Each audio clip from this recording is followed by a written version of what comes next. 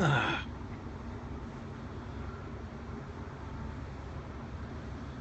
Well, hello.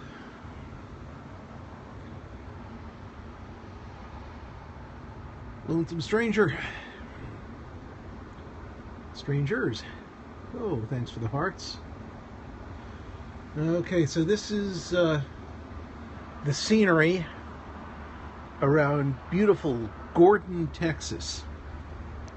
Yes.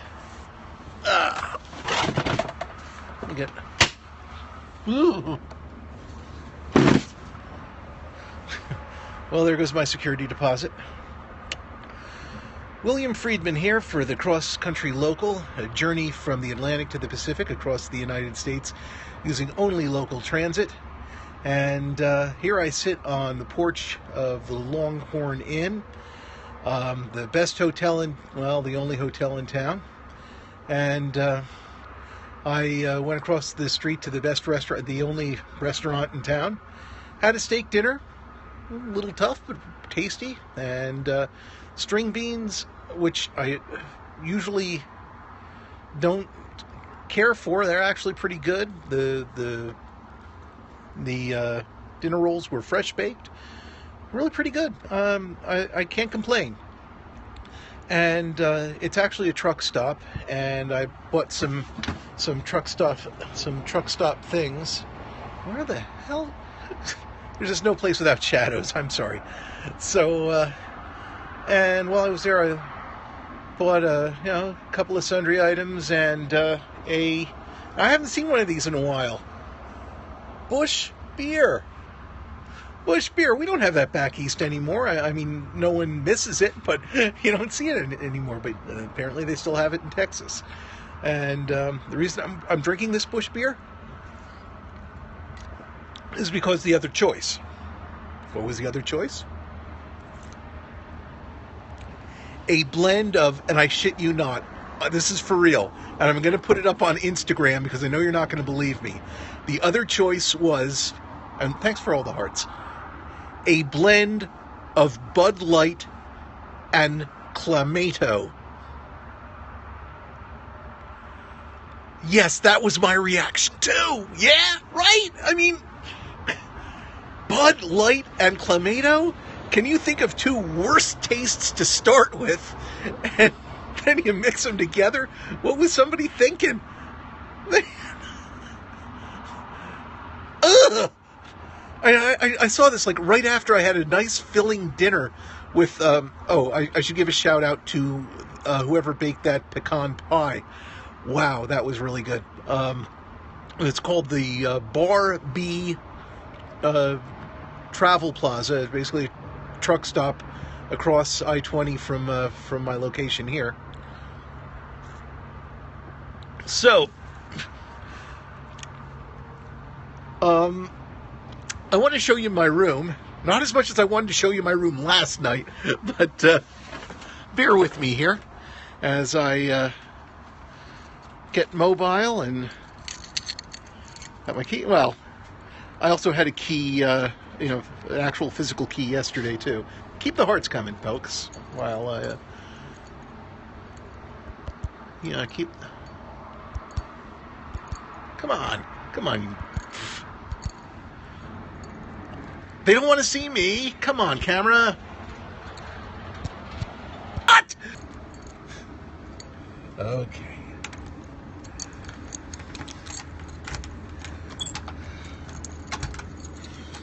So, my drivers here, Daphne and Velma. No. Okay, this is creepy. Very, very creepy. Okay, there we go. Yeah, not the honeymoon suite from last night, that's for true. So I got my laptop charging on top of the mini fridge there, my gear, my other gear, flat screen TV, and Dish TV. Yeah, Dish Network. Microwave. I mean, this isn't totally primitive. It looks like it might have been one time and not too long ago. Say hi to everyone. All right. Okay, gotta see. This is why I invited you in. Are you ready? Are you ready to see the bathroom? Not if you're squeamish. No. It's not true. I mean, it doesn't smell great in here, but it's, and yeah, there's, you can see there's cracks along the wall here and there, but you also see the nice folded up bath towels, and these are nice towels. This isn't a bad place. It's worth the money. It's, I think it was like $60 for the night. It's decent enough. But I wanted to show you the shower curtain. Maybe I should show it to you in the in the mirror here. It's an easier shot. But yes, this is the shower curtain at the Longhorn Inn in Gordon, Texas. Pretty much as you imagined it, I'm sure. Enough of this silliness. In my last broadcast, I'm going to come out here, finish my beer with you if you don't mind. Yeah. In my last scope, I was talking with Natalie from Palo Pinto County, STD. No, that's not right. PMS. Whatever. Busch beer. All right, so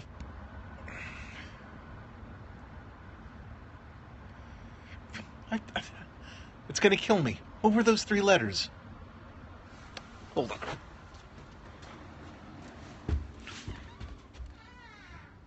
PTS. See, I wasn't that far off. Okay, so Palo Pinto County PTS. We're talking about how what I'm doing with the cross-country local is not what mass transit was designed for, and we need to acknowledge that what I'm doing is kind of a stress test on it, and it's really out of the ordinary. This is what happens when you do something that hasn't been done before. So here's the deal with that is that they have not had to vary from their brief, from their mission, or from the rules and regulations they have to follow to get me from Fort Worth here. They had to charge me full freight, which was like $35, comes to about 50 cents a mile, and if I was a regular along a regular route, and they do have regular routes, it'd be $35 a month. It's really very affordable. And as it turns out, I think it's going to be something like $33 or $28, something like that, to get from here all the way to where am I going next? Oh yeah, Colorado City, and again, it's really affordable. And which still has me scratching my head about that ride from the Kansas City, or rather from the Kansas state line down to Oklahoma City, where they were charging me $1 a mile. It came to like $115. So, thanks for all the hearts. Yeah, please keep them coming. By the time the cross-country local is over, I want to have enough hearts to throw back in Jessica's face. Jessica is the lovely young lady in Carbondale, Illinois, I believe, who reads a chapter a day of classic literature. And in advance of Halloween, she read a chapter a day of Frankenstein by Mary Shelley. And in advance of Thanksgiving right now, she's reading a chapter a day of Last of the Mohicans. It's really interesting stuff. You should absolutely check her out. But anyway, she's got like over 500,000 hearts. 500,000. Now, I don't want 500,000 hearts. I want 1,000,000 hearts. No, That's still, somewhere in 6 digits. I think that's about right for what I'm doing, Yeah, I'm keeping you entertained. It's not like I'm driving along saying, "Oh man, I'm bored. Man, I am so stoned right now. Man, I wish I had a pizza. Oh shit, did I just go through a red light? Oh, that chick is so hot. I hope she shows me her tits." That's not what I'm doing. I'm doing something that actually has some meaning and value to it. I like to think, so keep the hearts coming. All right, and the beer. So anyway, I promised Jack, my driver through northern Oklahoma, that I would bring this up. That I am in fact not using mass transit for the reason it was invented, and for the purposes that that it was meant to fulfill. So let's be clear on that, and that whenever I have difficulty getting a transit agency on board with what I'm doing, the problem's mine, not theirs. They're doing what they're supposed to be doing. I'm asking them to show some imagination and some enthusiasm, and that's not in their job description. Now, I'm really fortunate in that it's just human nature to not want to suck at your job. So, okay. Salam alaikum, usted. So, listen, yes, I had a semester of Arabic. I had a number of years of Hebrew, so that might surprise you that I know a little bit of Arabic. Tafaddal. Anyway, but I graduated from my master's program in '94, and I was allowed. You know some Arabic too? Let's see. How do I say don't kill me? No, I'm sorry. I'm not one of those Arab bashers. And here's the thing. I'm Jewish. I am a Zionist. I believe in Israel's right to exist. That doesn't mean that I don't believe the Arabs have their right to exist or their right to self-determination. Of course they do. And I believe that that peace is possible if everyone's willing to be realistic about things. But as long as people are hardened by religious or political dogma on both sides, then war and tension and conflict are just a whole lot easier to maintain and a whole lot more useful politically. But anyway, just so you know, in 1991, I was 27, 28 years old when Saddam Hussein invaded Kuwait in 1990.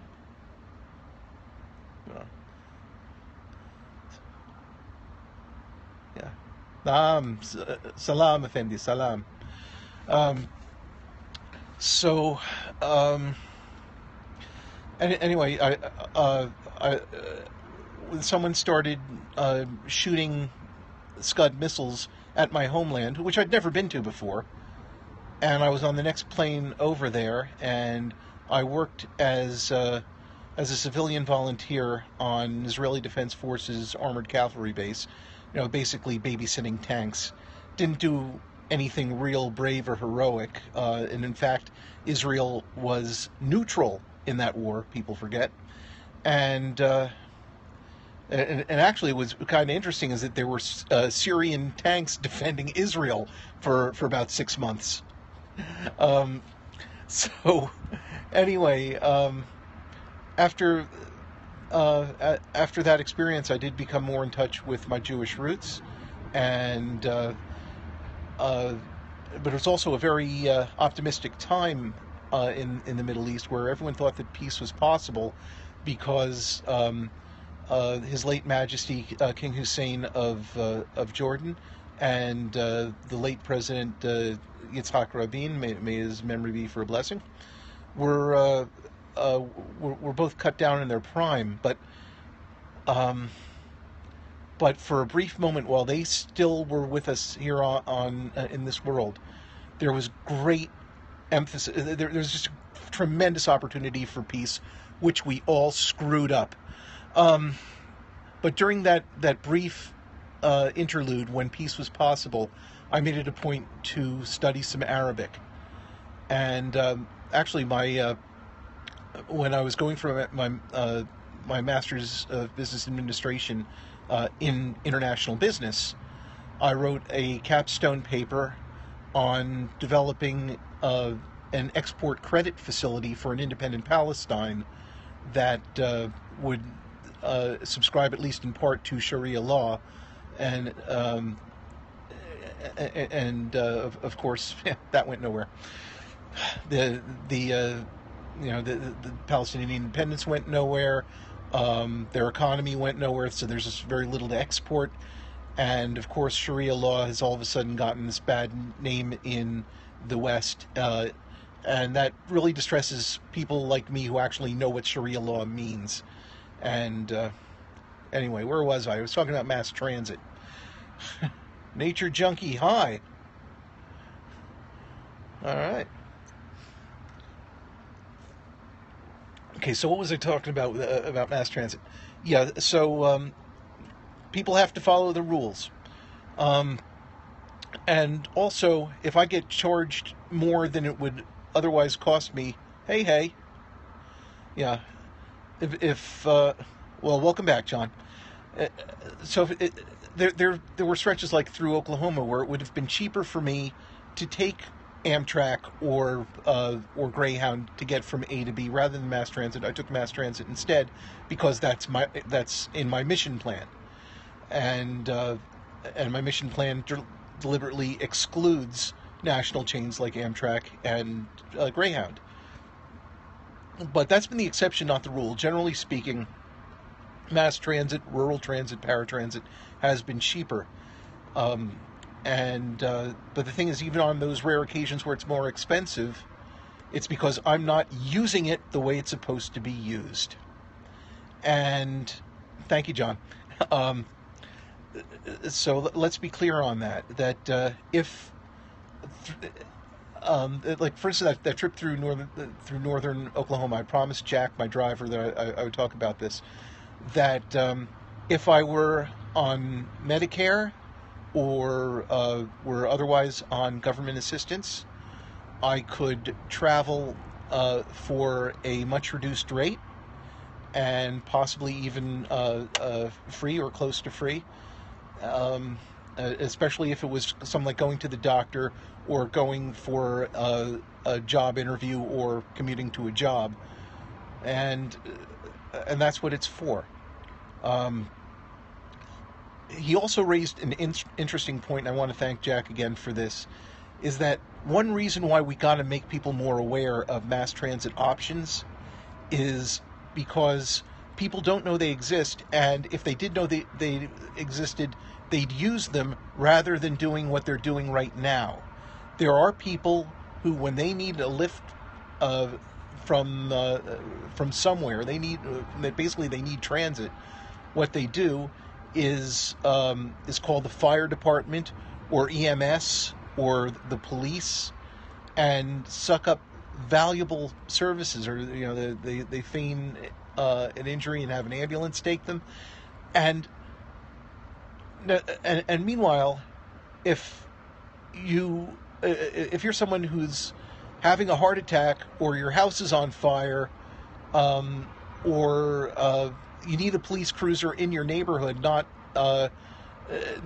across town taking somebody to the vet's office or something, then you kind of want the people in your town to know about mass transit, so that they use mass transit for mass transit, the police for the police, the fire for fire, the EMS for EMS, and ambulances for ambulance service.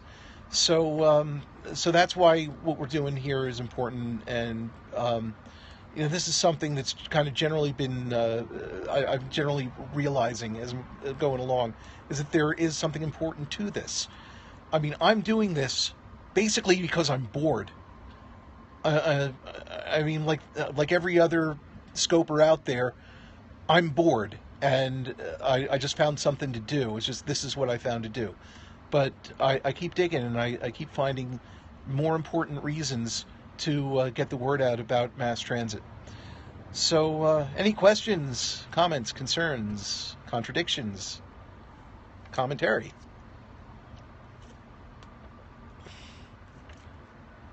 Well, glad you agree. All right, so if you think it's important, please follow me here on Periscope. If you already follow the Cross Country Local on Periscope, please invite your friends to follow. And I'll take a minute and let you do that. And while we're at it, please follow the Cross Country Local public page on Facebook. And you can follow on, you want a signed copy of my book? Well, the book to come, or the books I've already written. You can go on Amazon and you can buy some of the fiction work I've written. I suggest, my most recently published book is called Mighty Mighty, and if it's a kind of a superhero spoof. So if you think, oh well, thank you, John, appreciate it. And Lisa knows where to find me, so I'm sure we can get that autographed for you. All right, so anyway, what was I talking about? Oh yeah, yes. If you want to follow me on Twitter or Instagram, and please follow me on Instagram because I'm about to post that epic bad cocktail picture. It's hashtag XCLocal, that's X-Ray Charlie Local for Cross Country Local. I'm archiving these periscopes to the William Friedman channel on YouTube. And if you can afford to support the Cross Country Local in a more material way, you can donate to the GoFundMe campaign. But that's it for now, campers. I'm going to enjoy the rest of my beer. And morning comes early, and I will see you along the route. I'm not going to stop till the hearts stop. Keep the hearts coming. That's fine. That's fine. I got nothing to do tonight. I'm going to lay back here, drink my beers, watch the hearts come. Refreshing. More refreshing than any Bud Light and Clamato cocktail. Is that a thing? I mean, has anyone else seen that in a cooler in any 7-Eleven or truck stop or mini market anywhere? Yes or no? Not ha ha ha. Has anyone actually seen it? I never saw anything like that before. I hope I never do again. I hope it's just being test marketed out here in the middle of friggin' nowhere, so nobody actually sees this. Oh, no. Okay, that's what I thought. I don't think it's going to make it much past Gordon, Texas, to tell you the truth. Okay.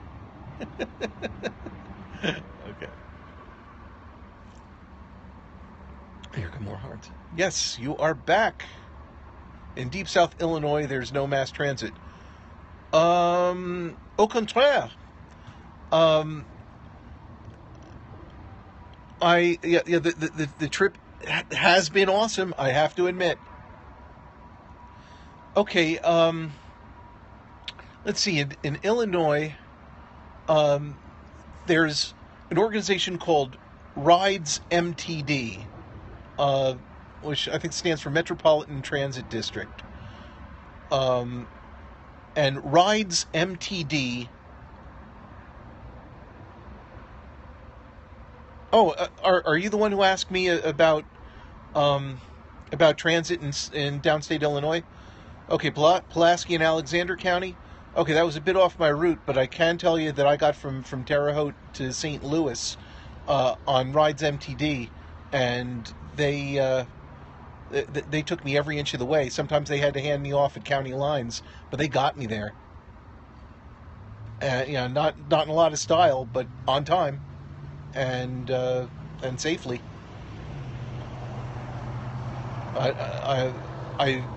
but if it's not a county that I went through, if it's not anywhere between Terre Haute and Marshall and Casey and Greenup and Effingham and Highland, then I don't know. Okay. Then I don't know what to tell you. But if we're poor down south, what you might want to do is call Rides MTD to get in Missouri to Cairo, 45 minutes back.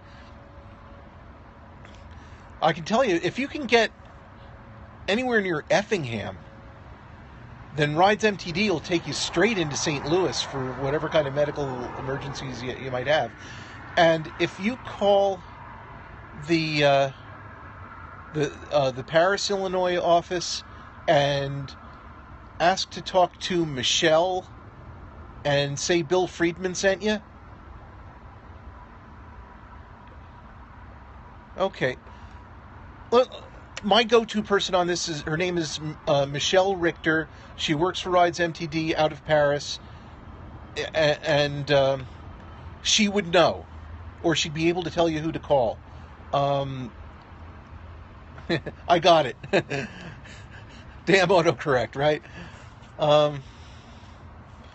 But anyway, yeah, I didn't. It's a lot of people don't understand just how south.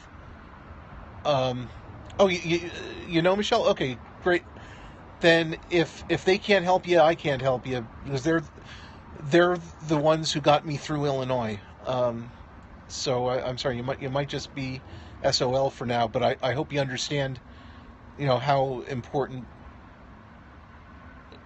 So there's not enough. Yeah.